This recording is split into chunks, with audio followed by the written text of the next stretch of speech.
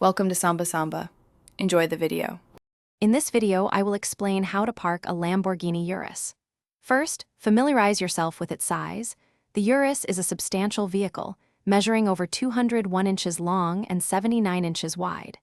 This awareness is key for navigating tight spots. Next, learn to use its advanced parking aids, like the 360-degree camera and parking sensors, which provide crucial visual and auditory feedback. Practice these skills in an empty lot to build confidence. Before attempting to park, always perform a quick visual scan of your surroundings. Check all mirrors and look for any potential hazards, such as low curbs or other vehicles. Approach your chosen parking spot at a very slow speed, giving yourself ample time to evaluate the space and ensure it's suitable for your Urus. This careful approach minimizes risks and helps prevent accidental damage.